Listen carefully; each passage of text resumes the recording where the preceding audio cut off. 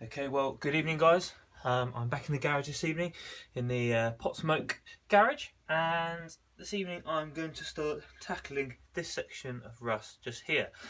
A previous video I showed you how to take the dash out in brief, and now we'll be just looking at how we're actually going to sort this out, because my pet hate is people not doing the job properly or even well enough to last. I found lots of bodge jobs on this, and this is as a result of a bodge job.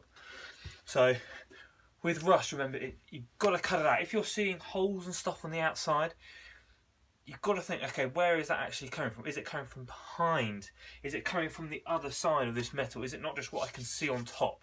What we often see is people just like cleaning it off and it looks like it's gone and then painting over the top of it, but it's probably in the metal coming through from behind. You've got to properly sort these things out. Now, you can get surface rust. There's some surface rust just here, and that can be treated just with cleaning it off and treating it with a rust killer, rust preventer, and then painting over the top of it with something like red oxide. But I know that because I can see the back. But this is from a bad patch job. Remember, we saw in here, you've still got the metal rusting away in here, and so we're going to have to sort this out. Now, first step is to clean off all the paint. Wire brush on your angle grinder, clean it all off. You'll need to have good goggles on, ear defenders and a mask. And what we're trying to find out is where the spot welds are that hold these two bits of the door frame together. Now, they're probably spaced about every 1.5 inches, and they can be quite hard to find sometimes. But we only want to be taking them out up to about here, and probably down to the edge of this hole here, down here. Because we're going to cut all this section out here and all this section out under here. But once we get in there, we might find it's even more, but that's the current plan. So that's step 2. Okay, right, well, we've grinded this back now, and we can see where the spot welds are now. We've got one here, one about 1 inch higher, then this might also be one just in here. We've also got the spot weld down here, so they're about every inch. But we've also got a join here between these two pieces, so these two pieces are separate. Whether that is an old patch job, I do not know. I do not think it is an old patch job, given that this looks all complete. But you can see we've got rusty holes coming through here, so this whole piece here is going to have to come out. My original intentions were to drill these out and see if we could pull it away, but given the other side of it is so bad, it might be worth me just cutting this whole section out and not worrying about doing these. But we'll give these a go anyway, see how easy they'll come away. If they're a problem, we'll cut the whole section out, and then we can see how bad it is on the inside.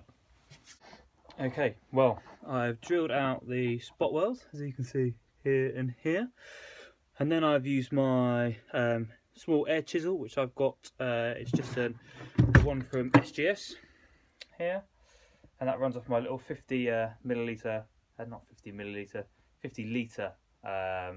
air compressor from SGS, which is fantastic. So once you've drilled those spot welds out, it'll often just hold on to a tiny bit, and so just using the air chisel really gently, because it can deform the other panels around it. You just want to gently prise away with it to be able to gently bend away the metal that you're trying to get away. And when you're doing this sort of stuff, it's important to have the right spot weld drill bit. Now, if you can see from this one, that is what a spot weld drill looks like. It's much flatter than a regular drill bit, which means you really won't go through the next piece of metal that you're trying to not damage, really, and it will only go through the first bit. As you can see, it's really flat. So if you're going to do any of this sort of work, make sure you get the proper tools and use them correctly. And this has meant we're able to prise this away, and you can see all of this here, all of this up here is really rusty, really crap, and we can see in there even better that there in there, that is the old metal that is meant to be here, and you can see the quality of the work that was done here was pretty crap. Now, the reason at the end why I decided to do this by prising it off and drilling out the spot welds was it because when I cut this bit out, I'm then able to first make the pattern for this side to fit perfectly, and I can make the metal work get that all correct, investigate. Once I've got that correct, then I can go around to the other side, cut that out, and I know it will match up perfectly with the door seal and the door when it comes in. So you've got to be thinking of these things when you're just cutting out metal to do rust. Think of the next step that you've got to do. What's the easiest way for you to do this, so that when it all goes back together, it's all perfect once you actually shut it all. Many times you can cut it all out and then remove everything, and then you're not quite sure how it went back in, and when you do rebuild it, it's not quite right. So take your time, get yourself the right tools so you can start prising away nice and gently. Now I'm going to angle grind around here and then investigate what's inside. Well, we've now cut this section out here using just a plain angle grinder with a tool zone really thin cut-off blade on it. It's a slightly worn blade, which means it's slightly smaller, so it means it can get up into these gaps up here. Obviously a bigger diameter one wouldn't be able to get right up into here, so it just means you can go a bit closer without having to change tools. And we've just cut this out, and we can see that the damage in there looks pretty bad, but it's not too bad. It's not going down here so much, it's not going up, it's not over here, it's very localized down here. So this metal in here is this bit, and this hole here is in here. But what we'll also do is we will scope it just to make sure there's nothing further down here, and we will then make the pattern for this side. Now we'll do that first so we can match it up fully, we can match it up properly, and know that it's all going to match up later. So this will all get cleaned up, make a card pattern for it, and then a metal pattern for it. Once we've done that, we will come onto this side and cut this side out. Now when we are prepping to make this one, we're going to be cleaning up, we're going to be cutting out a bit more, so there'll be a bit more investigation to figure out is there actually any more rust. But pretty much we can make a pattern here especially to match this curve here. Now the pattern can initially be bigger, and then we will cut it down later as we get to see from this side. But we'll make a pattern to match this lip, this step, this size, this curve, and all of that. And I will show you how that all goes and what that all looks like. Okay, well, good evening. It's now evening 2, and I am back on sorting out the mess here.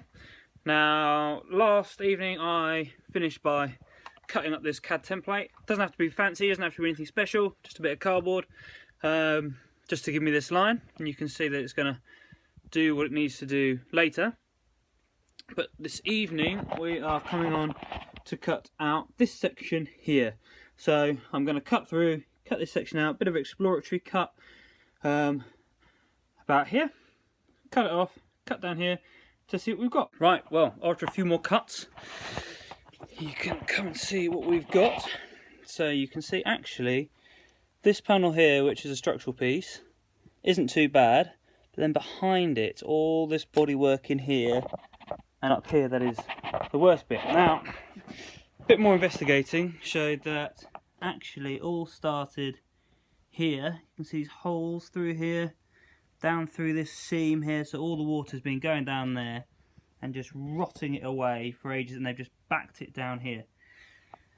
So annoyingly, we've got to replace some of the outside panels as well now, which shouldn't be too bad, but it's just a bit more complicated than I wanted to do. I was hoping it's going to be quick, but things with rust are never quick.